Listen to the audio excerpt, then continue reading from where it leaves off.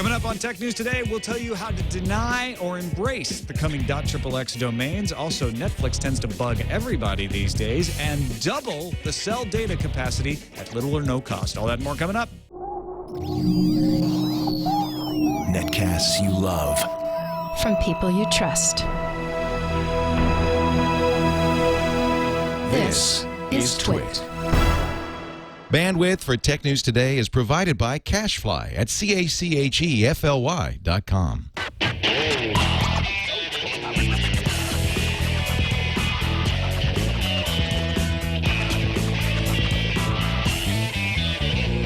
This is Tech News Today for Wednesday, September 7th, 2011. Tech News Today is brought to you by iStock Photo, the web's original source for stunning and affordable photos, media, and design elements to help you get creative with your website, print materials, presentations, blogs, and more. Check out their special offer at iStockPhoto.com/TechNews2011. Welcome to Tech News Today. I'm Tom Merritt. I'm Sarah Lane. I'm Iyaz Akhtar. I'm Jason Howell. Hey, thanks for filling in for me while I was out there in Dragon Con. Well, you're welcome, Tom. You guys did great. Well, I'm glad you feel that way. I almost didn't come back. So you're going to stay in this episode more than yesterday? We just kind of walked by? Yeah. You had a long session sort of looking off of a cliff. Should I come back or not? I did. And then I decided, I don't care what they think. I'm coming back. Okay. Yeah. Well. Joining us today from Gadget, Mr. Ryan Block. Good to have you back on the show, Ryan. How's it going? Oh, thanks for having me. GDGT.com is the place to go to build your gadget want lists. Do it now if you haven't already, or update them. Yes, you really should. I need to another update tab, mine, hopefully. actually. I've got a few gadgets that I need to put on there. But let's get into the big tech news that happened, just really inconveniently right after Tech News Today, like within an hour after the end of Tech News Today yesterday. Carol Bartz was fired as CEO of Yahoo. We don't usually get to say that. They usually, kind of gloss these things over. It's a step down, resignation, moving on. No, this is the note from Carol to all at Yahoo. I am very sad to tell you that I've just been fired over the phone by Yahoo's chairman of the board. It has been my pleasure to work with all of you, and I wish you only the best going forward. And it was also sent from her iPad. Yeah, apparently, yeah. Well, maybe that's why she kept it very short. I've been fired. Or maybe it was supposed to be I was fried, and then something went wrong with autocorrect. Oh, it could be auto-incorrect. Big mistake. I was fried over the phone. Wasn't fired. Ouch. So out of context. Damn you, autocorrect. And now she's lost her job because they can't go back on it. Right. No. A lot of people gave her grief for... it was like, whoa, she's so bitter. She said that she was fired over the phone. Was that really a necessary thing to say? I would be bitter, too. If I had been the CEO of Yahoo for 3 years and I was fired over the phone, I would probably be a little offended. I would be even more bitter if I was a Yahoo shareholder during the time in which she was the CEO, which has not been Yahoo's best years. Yeah, what's the Yahoo stock at? The stock was up like about 5.5% after the news. So I guess people are happy that there's no permanent CEO right now. I think it's interim. Right. What's his name? Tim Morse, the CFO, is now the interim replacement. All Things D says that Yahoo is still looking for someone to buy them, and they list Silver Lake Partners, Andreessen Horowitz, News Corp exec Peter Chernin, Providence Equity Partners, also Wall Street rumors about AT&T, News Corp, and Verizon. Those are a little wilder. But reportedly, Jerry Yang told VPs at the company that Yahoo is not up for sale, even though Allen & Company has been hired to explore strategic options, which is usually a euphemism for some sort of sale. That's what HP is doing with their personal systems group, pursuing strategic options. Ryan, is Yahoo up for sale or not? What do you think? I think every company is always up for sale that's a good point, at all times. It's a numbers thing. That's what it always comes down to. But are they? I think they're probably unrealistic about what that number would actually be. They probably haven't heard a number that would make them sit up and take notice yet. But it's not as if the employees can't read all of these stories that the rest of us are reading, where obviously there are people sniffing around and Yahoo's talking to people about what would be a magic number. So to say we're not for sale, I think maybe damages the credibility you have with your team. Well, I think we can speculate all day what led to this rather sudden firing. At least it seems rather sudden to us on the outside. But I think when that happens, you do need to do something to stabilize the ship, and you want to reassure people, like, it's not going to get worse anytime soon. Although I've been at companies where they said, we're definitely not up for sale. I was Within at a that month, same company. we were up for sale. And sold. Yeah, so Carol Bartz apparently opposed selling the Yahoo stake in Alibaba, and that was one of the items of contention. We don't know if that's why she got fired, but it looks like Yahoo is ready to take some cash out of that deal before their stake gets any less valuable. Because remember, Alibaba took out that payments company, and that lowered the value of Yahoo's stake. Now, Bart was ending like a 3-year contract with Yahoo, right? Like she was going to be leaving. Not is leaving. that right? The thing is, there was no real talk of her re-signing with Yahoo in the first place. So I'm just kind of curious. This is like this speculative at this point. I wonder if Bart's kind of negotiated this because now she gets to get a nice severance package on top of this, because I read that she is not getting. And there was a filing from Yahoo, and they did not indicate that there was any new severance package. She is getting exactly the severance package that she had in her contract. So which there's could no be pretty negotiations. good from 3 years ago when Yahoo first started off with her, which was so different. Ryan, do you have any guess as to why this happened so suddenly, or is it just unfathomable? I mean, I don't. That's kind of a strange question to me, because did anyone think that she was going to like be there for the long haul? I mean, I feel like every single person who reacted to this was like, yeah, about time, finally. What took him so long? Yeah, I mean, like, she is like universally loathed throughout the industry at this point. Yeah, it's kind of amazing how many people came out. I mean, some people had been vocal already, but came out of the woodwork to, it's like, I don't know. I figured they would let her. The Wicked Witch dies and the monkeys dance. And the monkeys dance. Yeah. We're free. I figured they would let her finish her contract and just kind of, go suddenly rather than fire her over the phone. But maybe she did something to piss somebody off. Who knows? Yeah, she has a really bad reputation, I think, with the way that she works with people. I mean, it's no secret she's very abrasive. And she just hasn't really done anything. I mean, granted, it's Yahoo. It's like that's an impossible brand to turn around. But she hasn't really done anything. I mean, what can anyone point to a single thing that she has done and say that was good business? Farming out search, so we don't know what Yahoo does. I mean, they gave it to Bing, and so like, what does Yahoo do now? I'm still not sure. It's also a different company than it was before Bart's came on board. So if you think about, okay, well, who might have been interested in Yahoo now? Maybe they get a deal because Yahoo is worth less, but it's still not the same company with the same people running all these divisions. It's just not the same thing. So I don't know if somebody like Microsoft could say, okay, well, let's say Yahoo's half the price that we were asking, or more than that. Is it even worth it for them still? Because that's you buy a company in part because of the people who are running the company. Yeah. Plus, it is a wave of CEO changes going on. I mean, I guess it started with Mark Hurd stepping down last year, but then Steve Jobs steps down. We had a change of CEO at Google, even though Schmidt didn't step down. He left the CEO realm. There's been a few others. Any bets on who's next? Oh, please, Ballmer. Please, Ballmer. Yes. Yeah. Totally agree with that. I mean, that guy, he's kind of the worst of the worst right now. He's just he needs some time away from the world where we all wear deodorant. Now the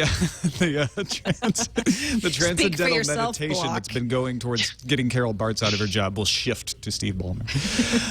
Moving on to Netflix. Yesterday, users started reporting an error message happening if they tried to watch more than one movie on more than one device on their Netflix account. Now, the policy from Netflix for a long time has stated that you only get to watch on as many devices as you have DVDs. And if you have the streaming-only plan, you only get to watch on one device at a time. However, Netflix has never really enforced that. So everyone jumped to the conclusion that with the change of rates September 1st, that maybe they were going to start enforcing those terms. Today, Netflix bent over backwards to say no. Netflix membership is no Netflix member is limited to less than 2 streams at once, according to spokesperson Steve Swayze. The error message was just that, an error. And that the company is working on correcting it. That actually makes me feel less positive about Netflix, though, because they're having technical issues that they don't know how to lately, fix. Because They said this yesterday, right? Well, they said it. The spokesman, Steve Swayze, made the statement today. Okay, so it was this morning, but hours later, people are still saying, I can't watch 2 streams at once. I'm trying. And over the weekend, Hacking Netflix reported that Star Trek The Next Generation disappeared temporarily, making people think that it had left the service. But I don't know. Ryan, do you think Netflix is having more technical issues than it used to? They've always had like a number of technical issues. I think that they also operate on a scale that no one else does. I mean, no one else has the amount of streaming content and is pushing the amount of data that they are. It's just insane if you think about how much they're doing right now. I mean, YouTube, I think, is maybe the only people who come close. Wasn't there a survey recently that said Netflix now accounts for like 25% of all internet traffic in the U.S.? Yeah, that was a couple months ago. There was that. Insane. There's been some issues with what that study actually means. But yeah, they account. You can safely say they account for scads of bandwidth. That they use more than it's crazy. I mean, if you think about this in like the long term, I mean, imagine we're in like year 6 of TV. I mean, there were still bugs back then, right? So it'll work itself out. I'm not too worried about those guys. Yeah, I was looking at the blogs this morning. I saw the graphics. Netflix sucks. I mean, it's pretty much people, I think, were thinking, okay, the first happened. Netflix changed its plan. Let's keep dumping on them. Let's find anything. There's an error. There must be something up with this. And it has been Netflix's policy. Like, I've seen this thing. Yes, I read the terms of service once. I'm like, oh, no, I only have 1 DVD out. I only get 1 stream at a time. And I've tried it out. I've had like 5 devices running at once. And even this morning when I saw the news, I was still having 2 streams working at one time. So I thought, all right, maybe it's just an error.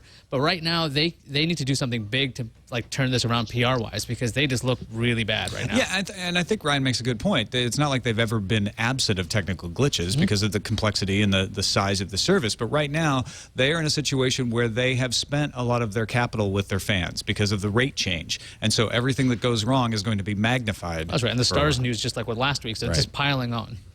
All right, let's move on to something that I know Jason Howell has been waiting for quite a while. Finally official, the Droid Bionic launches on Verizon tomorrow for $299. It's got a 1 gigahertz dual-core processor in there. It's got 4.3-inch, 960 by 540 touchscreen, 32 gig of storage. That's 16 gig internal, 16 with the micro SD card. Android Gingerbread 234, 2.3.4. Most recent version of Gingerbread. 8 megapixel autofocus rear camera, 1080p video recording. You're going to get it, aren't you, Jason? Tomorrow you're going to march out, you're going to put your $300 down, you're finally going to get the Droid Bionic, aren't you? Well, you know, before the news came out, I mean, we all knew that September 8th was probably the date that it was going to be released. Now it's, you know, basically Verizon saying, yes, we are going to release it tomorrow. And before I had that confirmation and some of these early reviews, I was like, no, I'm definitely waiting for the Prime. I'm not saying that I'm like going back on it, but now that it's actually available and the reviews are actually pretty decent on it, I'm like, oh, well, maybe it's good enough. But I'm probably going to wait. I'm probably going to wait at least for the Prime, you know, which is a couple of months, because as Eric Schmidt mentioned actually earlier today, ice cream sandwich in November, October-November area. So, you know, it's possible that that's going to come out with a Prime. But this device looks pretty promising. It is sort of the sister to the Atrix. The Motorola Atrix is on AT&T. It offers a lap dock feature using Motorola WebTop, so you can put it in 11.6-inch laptop form factor. It will still cost you $300 for that laptop dock. They got all kinds of other docking options, including a $99 option that'll charge the phone and pipe video to an HD TV. It's got a little different build, a little different case than the Atrix, but overall, it's that super phone. Thank goodness. Actually, I should never say that because I'm so glad that term kind of died off. What about quietly. ultra phone? Yeah, That's Intel's next thing. yeah. But Uber phone. What I wonder is if the Bionic is too late to the game. You know, they delayed it quite a while. It was showed off at CES, and here we are, September. It's supposed to come out Q2. Especially in light of what we know about Verizon's upcoming phones, or what's been rumored and floating around out there. I mean, they waited so long for the Bionic. When it was announced at CES, it was kind of ground shaking. Like, it really was an impressive piece of hardware. Now we know that within the next couple of months, there's going to be some serious competitors on the network to go up against it that might be worth waiting for. So it's going to lose buyers just based on that fact alone. On top of that, this is a Motorola phone. So, like, I mean, we know Google's going to buy Motorola. Eric Schmidt said that they might actually do something with hardware. So, like, why would you want to get this phone and not, like, the first Google-branded Motorola phone one day, or wait for the Nexus Prime, which is going to be quite good, too, from all the specs we've seen. And, I mean, it looks really nice and it's enticing, but it's been rumored for 9 months now. So does anybody want it now? Brian, what do you think? Are people going to embrace this phone, or are they just going to hold off? Yeah, well, I mean, it's Androids, so I think there's going to be a small number of people who just buy it because it's the latest, this week. But I don't know. I still feel really weird about buying phones based on specs. I mean, I feel like we kind of should be beyond that at this point, and it's unfortunate to me that that's how we evaluate Android devices, because there's so little other differentiation going on. That you just kind of have to look at, okay, well, how many cores does the processor have? How high resolution is the screen? I mean, they're all pretty decent. Actually, I would avoid it personally just because LTE devices right now are so bad with battery life. We need to get to the second or third gen LTE chipsets before that gets a little more reasonable. Yeah, and a few of the early reviews have remarked on the battery life not being any worse than other LTE phones, but for exactly that reason. There's also, a little bit of Motorola interface. Some people like it, some people don't. That's the kind of thing you can change if you want to. That's the beauty of Android, but it does come with a stock interface that may not be to your taste. All right, let's take a quick break and thank our sponsors at iStock Photo. iStock Photo allows you to search for photos, illustrations, video, and audio. You're putting together a website, and you go out on the search engine and you say, that's the image I want. And then you think, well, wait a minute, do I get to use that? What if I'm making money on my website? What if is there a copyright issue? You don't have to worry about any of that stuff with iStock Photo. The collection includes 9 million plus files, and they are royalty free. So once you buy the image from them, it's yours to use in situation, to their terms of service, of course, but you don't have to worry about, certain amounts of restrictions or whatever. It's all very clear. And they not only have images, they have movies, they have audio files. So if you're making an audio project, you just search for something, find what you need. Searching for telephone, you can find tons of telephone sound effects. I'll get that. It's really excellent. So check it out. You can buy packages of credits. They use the credits to buy your sound effects and your images and that sort of thing. And you get 10% off bundles of 50 credits or more when you use the URL iStockPhoto.com/TechNews2011. Now, follow the directions when you do that because it'll give you a code. The code's TechNews. So you got to go to that URL, use that code TechNews, and then you get 10% off if you buy 50 credits or more. And it's not just for websites or blogs. It's actually for print materials as well. So check it out, iStockPhoto.com. We thank them for their support of Tech News Today. .xxx is coming. Yay! I see what you did there, Tom. I was going to see if anybody was going to man. catch me. I take back my yay. That's disgusting. Starting today, you have 52 days to request to have your name blocked from being used with .xxx, or to make sure that you get your name with .xxx. In fact, there's two tracks here, Sunrise A and Sunrise B. Sunrise A is for those in the adult entertainment business who are like, I want to make sure I get Iyaz .xxx. Sunrise B is for those outside the industry who might not want to have a Sarah Lane .xxx associated with them, so they can block that domain from being associated. Brian, are you Sunrise A or Sunrise B? I just realized as you were saying this that it's been a long time, but there is actually a porn star named Brian Block. Is there It's really? not me. Yes, there is. I battled him on Google for years. I won. I mean, he is just like, I wipe the floor with him. He's not even on page one anymore. So but this now, is... now I'd have to he might be upset that I would want to block Ryan Block.xxx. Yeah, and actually, if you have someone claim a Sunrise A and someone claim a Sunrise B, which is what you're talking about, it will go to arbitration in this case to decide who gets it. But either way, you have to pay, even to block the domain name. You have to pay a one-time fee, anywhere between $150 to $300, depending on what registrar you're going through. The ICM registry is administering the launch, but they're contracting it out to different registrars like GoDaddy-type places to allow you to submit for these blocks. Now, you have, like I said, you have 52 days. After that, on October 28th, open registration starts in a land rush, which means you have 18 days to file for a domain name. I love that, just the idea of like the XXX land rush. The stampede. It's like And then, I imagine the Burning Man play and people just get it well taught. On December 6th, regular open registration starts, where it just works like any other domain name.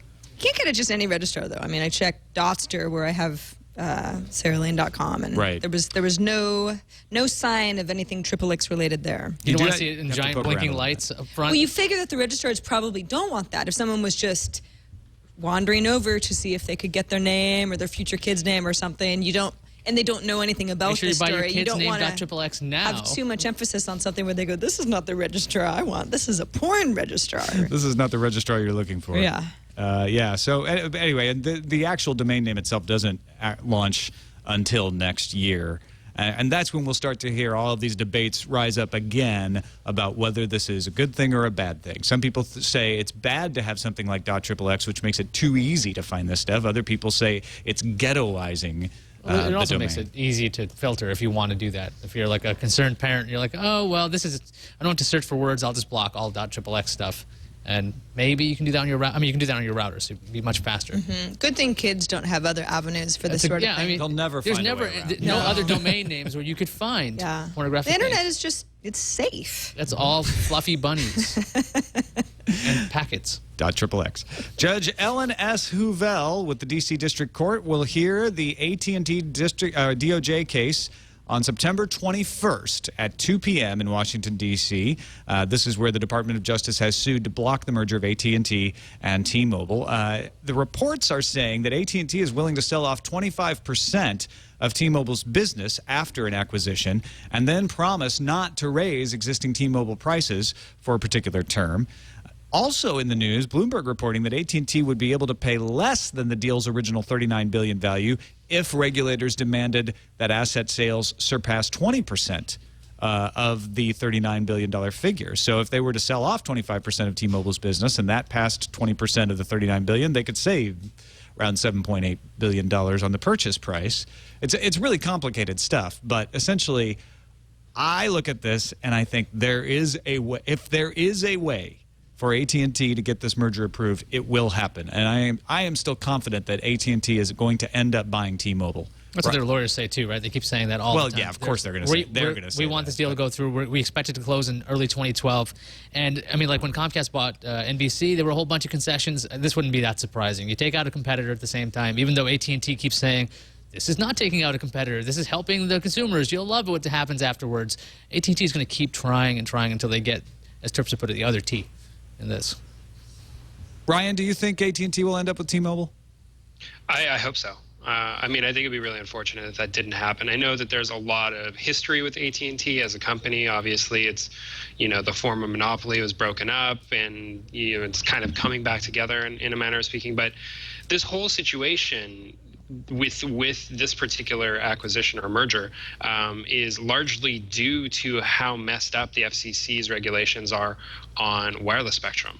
If it was easier to acquire wireless spectrum and make use of it, and if building out infrastructure was something that wasn't, an incredibly costly and time-consuming proposition, both municipally and federally, and if we, didn't have the landmass that we have, we probably wouldn't be in this position. But it's kind of necessity at this point. I mean, it's really difficult for wireless carriers to create the capacity and the reception that consumers want. I mean, we can't have everything. So I think for AT&T consumers and even for T-Mobile consumers, this is a really good thing, even if it doesn't really seem like it to some. Well, right. I mean, the big worry is we don't have as much competition. If T-Mobile goes away, now there's fewer people to put pressure on the price. And T-Mobile was one of the, was weighing down the price wars. Yeah, I mean, I think that's kind of silly, though, because you still have three really strong competitors when this is all done. It's not like Verizon is weak. Sprint's a little bit weak, and I can see them maybe going away. But, Verizon is still a very strong competitor. So, I don't really think that it's ultimately that big of a deal. And they could tack on, parts to this like they did with the AWS Spectrum auction a few years ago that, make open competition a little more, requisite, shall we say. I mean, you have to lease out a certain amount of your spectrum, or you have to lease out a certain amount of your bandwidth, or you have to, have part of your network completely open to any device. Things like that Verizon had to agree to when they bought spectrum at the AWS auctions. Yeah, I don't think we have near enough competition in the mobile space because of the abuses in the contract system and the early termination fees and all of that sort of thing. It's not collusion per se, but there's not room for a competitor to come in and really innovate, drive down the price, change the contract system. I don't think, in a way, I think you're right that T-Mobile sticking around or not doesn't really change that. But I do think that it is going the wrong direction to reduce another one by another entity. But you're right. Maybe they can put some competition restrictions in there on AT&T. Thing is, those usually end up just fading out and not ending up having the effect that the government wants them to have. I'm more hopeful about things like Light Squared, if they can ever get their stuff together to provide an open platform that anybody can use to innovate on and build a business. It's true, and I think actually, if you look at how if there's been any innovation over the last few years in the mobile side in terms of being more pro-consumer, more open, and more to the dial tone and less to trying to control the consumer experience and lock in. It's been because of handset manufacturers. I would actually say Apple specifically. They really changed the game for a lot of that stuff in terms of how devices get activated and under what terms they're purchased under contract, and circumventing things like SMS with iMessage. Apple has been very proactive in kind of saying screw you to the carriers, and I think if more manufacturers try to take more leverage over the carriers, that's going to have a bigger effect in the near term than government regulation on this stuff. Although Nokia tried, and look what happened to them. Well, come on, it's Nokia. Yeah. All right, let's move on to another piece of technology that could help this issue as well. Rice University has some researchers who developed full duplex technology that allows wireless devices like cell phones and electronic tablets, anything that uses cell data, to talk and listen to wireless cell towers on the same frequency. Right now, to be able to send and receive, you have to use two different frequencies. This technology was published in 2010 by Ashutosh Sabharwal and Rice colleagues Melissa Duarte and Chris Dick, who showed that full duplex was possible, meaning that you could send and receive on the same frequency. And they to oversimplify it, they do it by canceling out the reception of what is being sent. So what you're sending is no longer kind of reflecting back to you, and you're able to receive things at the same time you're sending. This summer, they were able to set new performance records with a real-time demo of the technology that produced signal quality 10 times better than any previously published result. So they think they're getting close to something that could actually be used in the field. And the results of this would be pretty impressive. So theoretically, there wouldn't have to be more towers erected. You could just change some hardware on these actual pre-existing towers, and you could have double the coverage on these kinds of things. So do you think that's going to actually be bought by a company and then never used? Oh yeah, perhaps? If this ends up being real, why wouldn't absolutely. It be new? Why wouldn't it be used? Well, they can keep charging you a ton of money. So they're saying we have great coverage. They'll still keep charging you a ton of money. Right. Well, but it's They might not, I charge don't you think it's a more. coverage thing. I don't think it's a coverage thing. It's important to separate coverage from capacity. So capacity can be confused with coverage sometimes, because if the tower nearest you or the cell towers nearest you are over capacity, then you lose coverage. You can't do things. But if you have capacity and you just have poor reception or poor coverage, then that's different. So this would increase capacity. This will allow more simultaneous users. But if you live in a part that has poor radio reception, basically, it's not going to help that, as far as I can tell, right? Yeah, if you're in a rural area or behind a hill, this doesn't help you. But if you're in the middle of a city, San Francisco. Yeah, in the middle of San Francisco kind of has both problems, right? But if you're one of the problems in San Francisco is you do have too many users, and they overload the capacity of the tower. This would help that, because suddenly the towers would be able to handle twice the capacity. Now, it does take a tweak on the device side as well as on the tower side. So it's a low-cost improvement to the tower, but not every phone would immediately take advantage of it. So there would also be a slow ramp-up as new devices are rolled out and people started using those to increase the capacity. But it's a great piece of technology that hopefully will pan out. Absolutely. Can't hurt, right? We can use towers at full capacity. Let's move on to the news fuse.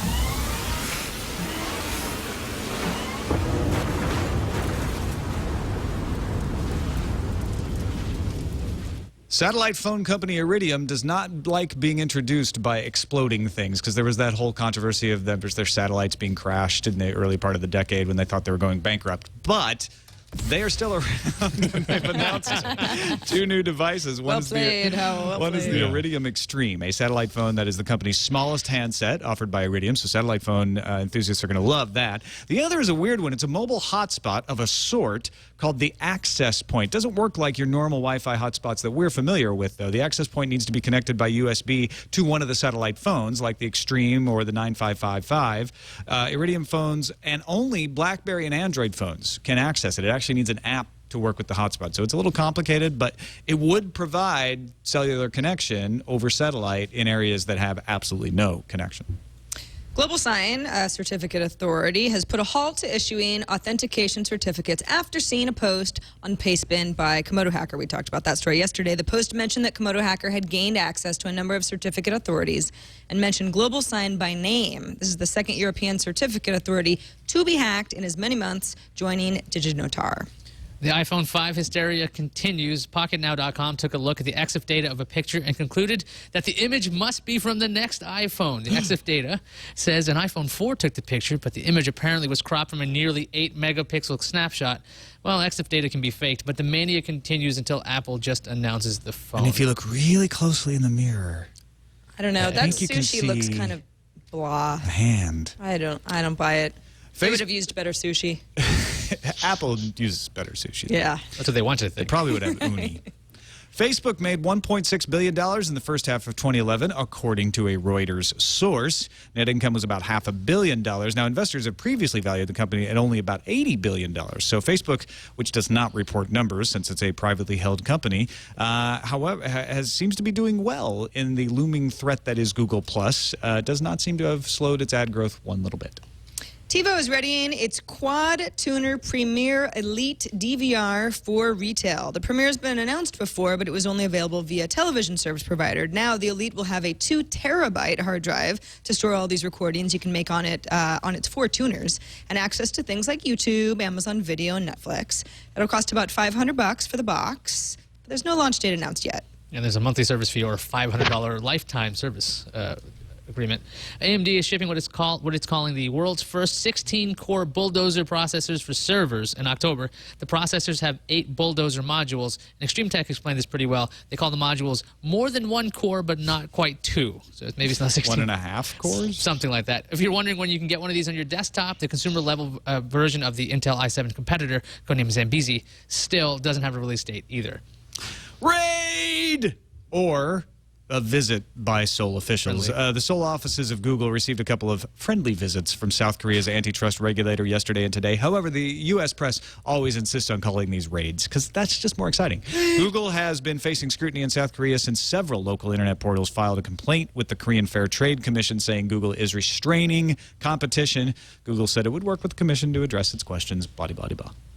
A ruling on the copyright lawsuit against over 5,000 BitTorrenting defendants has been made. Judge Bernard Zimmerman said that even though these defendants may have acted in a swarm, it doesn't mean that they were acting in concert such that they could all be joined in one case. Apart from lots of jurisdictional and fairness issues, Judge Zimmerman also made a pretty good common sense argument against the joining of all these defendants. No courtroom in this building can hold over 200 people, let alone 5,000. So it's a capacity Don't even issue. try. That's right. The fire marshal's going to come in here and shut us down. But if they can send and receive defendants at the same time. I think that's a different thing. You know what we need? A cell tower. While talking up the power of NVIDIA's Tegra processor, NVIDIA's CEO said that he believes that Windows Phone 7 apps will run on the next version of Windows on the desktop. Microsoft has never said anything to back up this claim, but considering Windows 8 will be able to run on the ARM architecture and all Windows phones already run on ARM, it's not too far of a jump. Let's move on to the randomizer. Randomizer. Wow, Korea in the news a lot today. South Korea has apparently developed an advanced electromagnetic pulse device which is capable of being deployed in the battlefield in order to make short work of enemy computers, according to defense officials. So Park Chang-kyu from the South Korean Agency for Defense Development is extremely confident that the Defense Committee will be able to get the EMP bomb up and ready for wartime use. Up and ready by when? When are they expecting a war? Soon, apparently. Well, that's disconcerting. I mean, it is South Korea, right? So that Right. they're kind of at war, literally. Right. They're in a truce, technically. But, you know, EMPs always fascinate me. Every time I see EMP, I just think The Matrix. That's the first thing I think of. Yeah. Like, okay, well, let's take out all of Google's headquarters right now. Gone. Or not. Brian, EMP thoughts? Well, Docs is down. Maybe it was that. Is that what happened to Google Docs today? They were testing it. Maybe that's also what happened Let's to not Netflix as well. do that. That's what happened to Netflix as well. Exactly. We need this for our show. And that's how Bing will gain market share. Let's move on to the calendar. On this day in 1998, Larry Page and Sergey Brin incorporated a little company. You may or may not have heard of them, Google Inc. It was followed a $100,000 check written by Andy Bechtolsheim. Bechtolsheim. That's a tough one. A founder of Sun Microsystems. They ended up getting a lot more money than that, but that was the first check that was handed over. So anyway, 1998. They have that $100,000 bill framed up on the wall. I think they used it to buy servers. It probably did. Velocity Microcruise, the T4088 inch tablet, has gotten its 802.11 FCC credentials, and now it's on sale for $240, not 41, not 39. At Amazon, has a front-facing camera, 4 gigabytes of storage, micro SD slot, but no Android market support, at least not out of the box. GameFly Unlimited PC Play beta begins tomorrow, September 8th. So the free client lets users buy Windows and Mac games and interact with other unlimited play users. But if you're a GameFly member, you can also rent computer games and manage the console and handheld game rentals from within the client. The AT&T Impulse 4G will become available September 18th for $30. And you think, ooh, $30, that's a pretty good deal. The Huawei-sourced Android 2.2 device, emphasis on 2.2, AT&T says it will eventually be updated to Gingerbread, but that's why it's $30. Yeah, by the time the phone is really obsolete, they'll update it to Right, Gingerbread. yeah. So, there you go. Eric Schmidt says, ice cream sandwich. It didn't happen. That's all we had.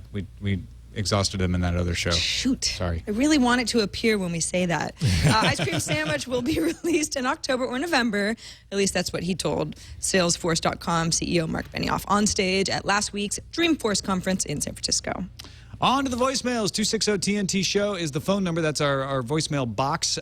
You can either call that, leave a message, or send us an MP3 to TNT at twit.tv, but keep them less than 30 seconds and make them erudite, and you have a better chance of having your thoughts played on the show like Brendan did. Hey, TNT crew, Brendan from PA calling. I'm calling in response to the rumor of the future Apple TV. So I was thinking, Apple has been pushing AirPlay pretty hard for the last couple of years.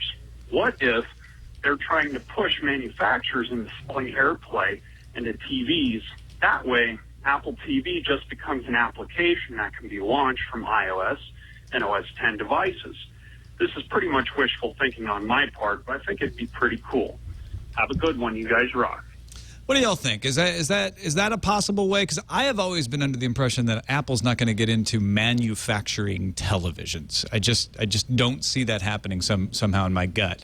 But the idea of them, sort of a DLNA style partnership, saying we will have AirPlay enabled televisions where you use devices to stream your stuff to them. Does that make sense? I mean, it makes more sense than Apple building a television. I mean, but the fact if they use AirPlay is already available on certain receivers, I know, and certain audio things. It wouldn't be too far of a jump to put that on a television. I wouldn't see Apple coming up with their own application, like launching like a Netflix application on a television. But AirPlay seems like a really good sneaky way that it seems very simple to do. Because if you say the words DLNA to somebody, they don't know what that means. Well, the AirPlay implementations that are out there today, if I'm not mistaken, are audio only right now. They haven't done video. I'm assuming intentionally, they're, for whatever reason, I'm holding that back. I do think that what he's suggesting is actually much more likely than them doing a TV.